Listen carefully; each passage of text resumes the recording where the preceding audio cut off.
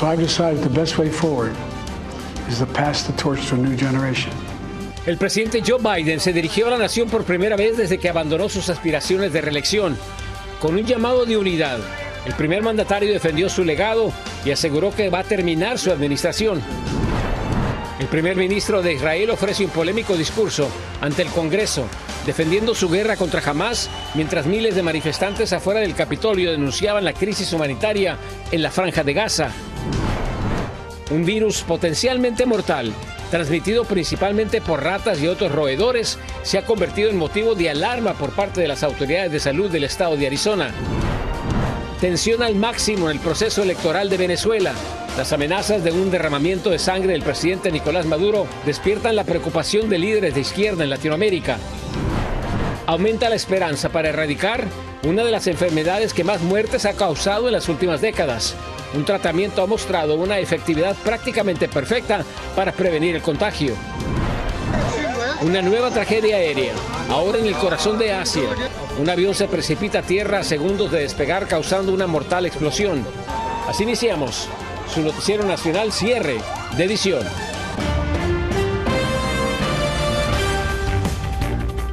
Muy buenas noches, bienvenidos a su noticiero nacional, cierre edición. Les informa José Armando Ronstadt. Gracias siempre por estar con nosotros.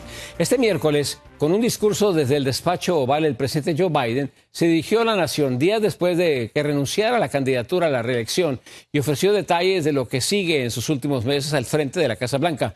Vamos a conectarnos en vivo en Washington, D.C. con nuestro corresponsal Alfredo Miranda, que nos tiene más detalles. Alfredo, muy buenas noches, adelante. Buenas noches, José Armando. Así es, en un ambiente festivo y de celebración fue el corolario de un histórico discurso al que asistieron muchos invitados a la Casa Blanca. Esperanza, respeto, fe, decencia, libertad, democracia y unidad fueron las palabras que resaltaron en el discurso del presidente. Dijo que la visión para el futuro de Estados Unidos implica renunciar a ambiciones personales. Dijo que su decisión de renunciar a la candidatura a la reelección se apoya en la defensa de la democracia como el punto más importante. Es hora de pasar la antorcha a la nueva generación, dijo, como la mejor forma de unir al país. Veamos. But nothing can come in the way of saving our democracy. That includes personal ambition. So I've decided the best way forward is to pass the torch to a new generation. That's the best way to unite our nation. El presidente hizo énfasis en preservar la democracia, donde no gobiernan reyes ni dictadores, dijo, en una clara alusión a la narrativa de Donald Trump. The great thing about America is here, kings and dictators do not rule. The people do. History is in your hands. The power is in your hands. The idea of America lies in your hands. También agradeció a la vicepresidenta Kamala Harris a tiempo de destacar las virtudes y liderazgo de la ahora candidata a la nominación presidencial demócrata. Veamos. I would like to thank our great Vice President Kamala Harris. She's experienced, she's tough, she's capable. She's been an incredible partner to me and a leader for our country. Now the choice is up to you, the American people. El presidente también habló sobre lo que queda del futuro de su administración, de los 6 meses que se avecinan, y dijo que se enfocará en el crecimiento de la economía, la defensa de las libertades individuales y los derechos civiles. También dijo que seguirá luchando contra el odio y el extremismo, que el país no tiene lugar para ello. También habló de la violencia armada, de cuidar a los niños, de la crisis climática como una amenaza existencial. También dijo que impulsará una reforma a la Corte Suprema y seguirá en los esfuerzos de mantener a Estados Unidos como una nación fuerte y segura. En términos de política exterior, dijo que seguirá trabajando en procura de derrotar a Putin en el conflicto con Ucrania. Habló del fortalecimiento de la OTAN, también de China. Incluso habló de la guerra en Gaza y de liberar a los rehenes en todos los países del mundo donde se encuentren estadounidenses. Al final también habló de los logros de su administración, de haber derrotado a la pandemia, de haber aprobado leyes como la ley de reducción de la inflación y la ley de infraestructura, la reducción de los precios de medicamentos, la reducción del crimen y de asegurar la frontera. Fue un discurso en el que Biden se sintió cómodo después de haber visto el impacto que causó la transmisión de la posta a Kamala Harris y el impacto en el Partido Demócrata, que hoy por hoy, a diferencia de unos 3 días, está de parabienes. Vuelvo contigo, José Armando. Muchísimas gracias por tu reportaje. Muy buenas noches, Alfredo. Gracias. Buenas noches. La vicepresidenta Kamala Harris.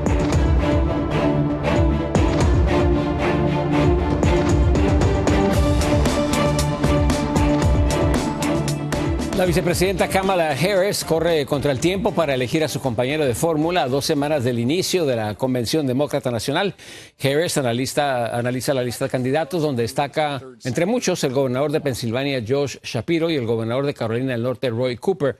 Según fuentes cercanas a la campaña, su estrategia es buscar un candidato que atraiga a votantes blancos que no están a favor de su rival, Donald Trump.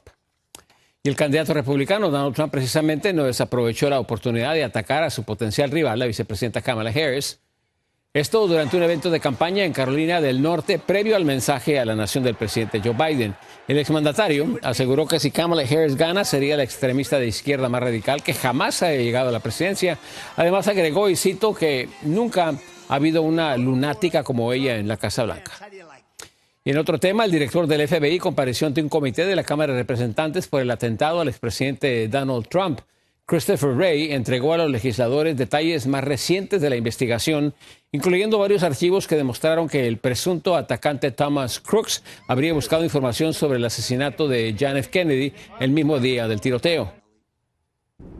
Analysis of a laptop that the investigation ties to the shooter reveals that on July 6th, he did a Google search for, quote, how far away was Oswald from Kennedy?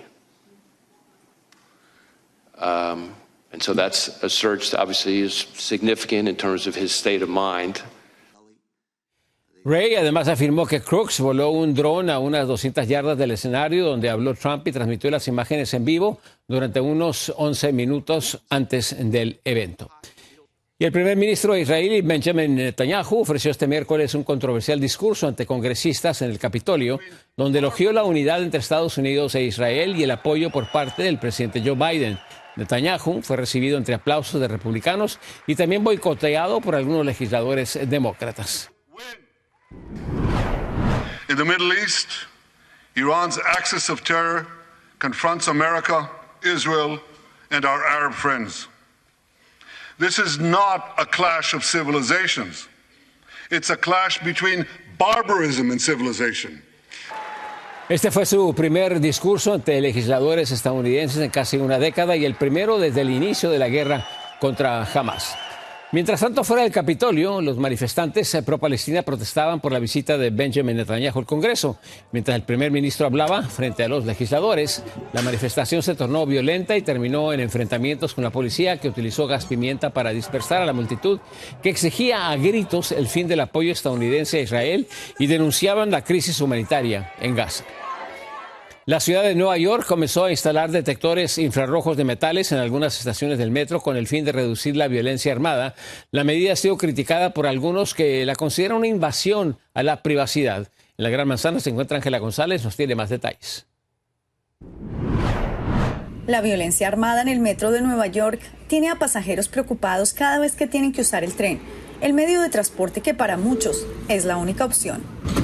Hay muchas paradas que a veces uno se viaja hasta 2, 3 de la mañana, pues algunas paradas son silenciosas y hay mucha gente medio como loca a veces. Y a veces sí se anda con miedo de eso. Siempre estoy buscando donde hay más gente, nunca me paro donde está solo. Sinceramente eso, que tú ves a veces gente rara con droga. Un programa piloto de detectores de metales llamado Evolve se probará durante un mes en estaciones selectas del metro, con miras a que sea implantado en todo el sistema de transporte público de trenes del área metropolitana con el fin de reducir la criminalidad. Eventually, every turnstile is going to be able to identify if someone is carrying a gun. I think it's a game changer for the transportation system across the globe. And as always, New York is going to lead the way. Sin embargo, la medida ha sido cuestionada por defensores de derechos civiles como Legal Aid Society, que creen que es una molestia y una invasión a la privacidad para los pasajeros. Además, y según reportes, el alcalde tendría conflicto de intereses al tener inversiones significativas con la compañía de tecnología Evolve para el metro, y aunque invitó a otras compañías a postularse, no precisó si ha estado en contacto con otras empresas de tecnologías similares. Pese a las nuevas medidas, los usuarios del metro piden más vigilancia por parte de la policía en las estaciones del tren. Desde Nueva York, Ángela González, Noticias Estrella TV. En los estados del oeste del país, especialmente en el estado de Arizona, existe preocupación por el aumento de contagios de un virus potencialmente mortal. Se transmite de roedores a humanos. Desde Phoenix, Arizona, Phoenix Pereira tiene el siguiente reportaje. María Antonieta siempre se asegura de tener su casa limpia, sobre todo la cocina y la alacena, ya que para ella la higiene es primordial para evitar enfermedades. Le tengo mucho miedo a los insectos, pues más que nada a los roedores. Y sobre todo porque ha escuchado que en Arizona han aumentado los casos de un virus que se contagia por roedores llamado hantavirus. En lo que va de este año ya se han registrado 7 casos, incluyendo 3 muertes. Habíamos visto 1, 2 casos a lo mejor en años anteriores. La última vez que vimos más de 6 casos en un año fue en el 2006. Un virus que afecta principalmente los pulmones. Donde va a haber dificultad para respirar, fiebre y dolores en el cuerpo, como cualquier otro virus, ¿no? Dolores estomacales, náusea, vómito. Y otro síndrome en donde va a haber como una fiebre hemorrágica. Y desafortunadamente no hay una vacuna para este virus. No hay tratamiento específico, sino de soporte en los hospitales con fluidos, si hay falla renal, con diálisis, si hay falla respiratoria, con ventilador. Este virus se da principalmente en el oeste de los Estados Unidos. Entre 1993 y el 2021, en todo el país se reportaron 850 casos, un estimado de 30 casos por año. Aquí en Arizona la mayoría de los casos se dan en el norte del estado y principalmente durante la época de verano. Por eso siempre es necesario evitar las infestaciones de roedores. Tal como lo hace María Antonieta, manteniendo limpia y ordenada su casa y utilizando limpiadores que combaten las bacterias y virus. Podemos tomar un galón de agua y utilizar 1.5 tazas de cloro, mezclarlo y podemos sprayar esa área. En Phoenix, Arizona, Rubén Pereira, Noticias Estrella TV. Un corte comercial, regresamos con más información, sigan con nosotros. Líderes de izquierda latinoamericanos preocupados por las elecciones presidenciales en Venezuela. El próximo 28 de julio Venezuela saldrá a las urnas para elegir a su presidente en unas elecciones cruciales que podrían ser históricas para la oposición que tiene el chavismo contra las cuerdas. Laura Ortega nos tiene el siguiente informe. El fin de semana se avecina un momento decisivo para Venezuela. Nicolás Maduro enfrenta una posible derrota electoral que podría poner fin a 25 años de gobierno chavista y su temor ha desencadenado en declaraciones de posibles actos violentos si pierde las elecciones que tienen en alerta líderes latinoamericanos. Eu fiquei assustado com a declaração do Maduro dizendo que se ele perder as eleições vai ter banho de sangue. Personajes de la región como Lula da Silva, Gustavo Petro, Gabriel Boric y Alberto Fernández han mostrado inquietud por la situación que podría desarrollarse tras los resultados en Venezuela. El presidente brasileño Lula da Silva ha sido contundente al exigir que Maduro respete el resultado de las elecciones. Já falei com Maduro 2 vezes, falei por telefone com Maduro, e o Maduro sabe que a única chance da Venezuela voltar à normalidade é ter proceso eleitoral que seja respeitado por todo mundo. Otro más que se unió al llamado de elecciones transparentes fue el expresidente argentino Alberto Fernández, quien había recibido una invitación por parte de Venezuela para ser observador y luego de las siguientes declaraciones, su invitación fue cancelada. Es derrotado, lo que tiene que hacer es aceptar, como dijo Lula, el que gana, gana y el que pierde, pierde, punto, se terminó. Así es la democracia. Maduro tiene enfrente a una rivalidad como quizás jamás la ha tenido. María Corina Machado, conocida como la Dama de Hierro, junto a su candidato de la oposición Edmundo González, ha movilizado a los votantes de manera sin precedentes y expertos sostienen que este movimiento no se había visto desde que Hugo Chávez llegó al poder. Su campaña, caracterizada por un fuerte componente simbólico y una promesa de cambio radical, ha reunido un electorado desesperado por un nuevo rumbo. Serán 21 millones de venezolanos habilitados para votar, quienes decidirán el futuro del país el próximo 28 de julio. Aumentó a 6 la cifra de víctimas fatales por la explosión en la tequilera José Cuervo en Tequila, Jalisco, en México. Así lo informó la Unidad de Protección Civil tras recuperar el cuerpo de la última víctima en un área de desechos mientras realizaban las labores de enfriamiento de la zona donde ocurrió este desastre. Y la esperanza de una vacuna contra el VIH o el SIDA vuelve a renovarse tras décadas de fracasos. Se trata de un tratamiento que en ensayos clínicos ha mostrado una eficacia del 100% contra la enfermedad. Anthony Belchi desde Miami nos tiene todos los detalles. Un nuevo estudio sobre el SIDA ha demostrado que 2 dosis de una inyección contra el virus es 100% efectiva en la prevención de nuevas infecciones. Ya se ha comprobado su eficacia en mujeres en África y también se está probando en hombres, un esfuerzo que podría erradicar una epidemia muy seria en algunas regiones del mundo. En las últimas 3 décadas, un mayor acceso a tratamientos contra el VIH que salvan vidas ha evitado 20,8 millones de muertes relacionadas con el SIDA. Los resultados son muy prometedores. En un estudio realizado a 5.000 mujeres y niñas jóvenes no hubo infecciones al usar estas inyecciones. En cambio, el 2% de las que utilizaban la píldora diaria sí que se infectaron. La inyección ya se usa en Estados Unidos y en otros países como tratamiento para el virus que causa el SIDA. Un laboratorio ya lo está probando para la prevención. Porque las personas que ya están infectadas, pues podemos controlarlas, pero lo interesante sería que las personas que estén en riesgo nunca se infecten. Las inyecciones de momento solo están aprobadas para el tratamiento, pero dependiendo del resultado en hombres, la farmacéutica que las comercializa en Estados Unidos podría pedir autorización para usarla como medicamento de prevención. Creo que la esperanza es que puedan creer que una cura es posible porque somos prueba viviente de que puede suceder. Este miércoles se abordó en Múnich, Alemania, la Conferencia Internacional sobre el SIDA, una enfermedad que afecta a más de 39 millones de personas en el planeta, más de 1 millón en Estados Unidos. 3 de los pacientes que se creen que son los primeros que se han curado en todo el mundo son la viva imagen de la esperanza. Vivimos en un mundo de mucha estigma y discriminación y hay que educar a la gente, decirle que esto es una enfermedad humana y que puede pasar a cualquier persona. Fuerza y valentía. Los expertos creen que el precio de estos medicamentos puede ser un problema, especialmente en las sociedades más vulnerables y de bajos recursos. Desde Miami, Florida, Anthony Belchi, Noticias de Estrella TV. Una última pausa, regresamos con más información. Sigan con nosotros.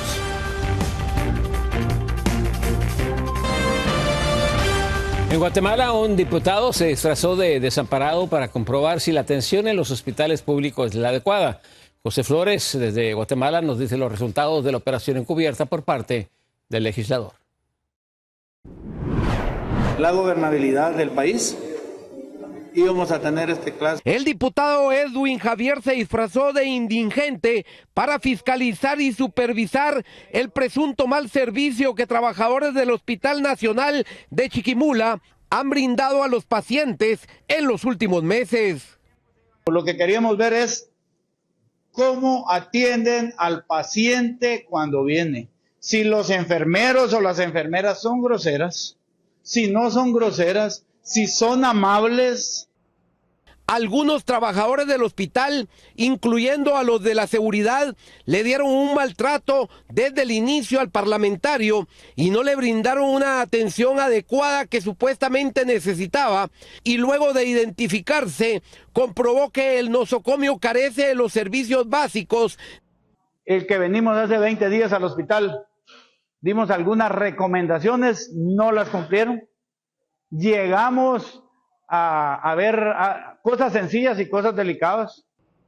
En medio de una crisis hospitalaria sin precedentes, muchas personas que llegan a consultas o emergencias en los hospitales públicos San Juan de Dios y Roosevelt, los 2 más grandes del país, retornan a sus casas sin poder ser atendidas, ya que no existen los insumos básicos para brindarles una adecuada atención. Vine 2 veces por gusto, no me atendían y realmente aquí estaba vacío. Lo volví a traer y así me tienen, que venga y no hay modo que lo operen.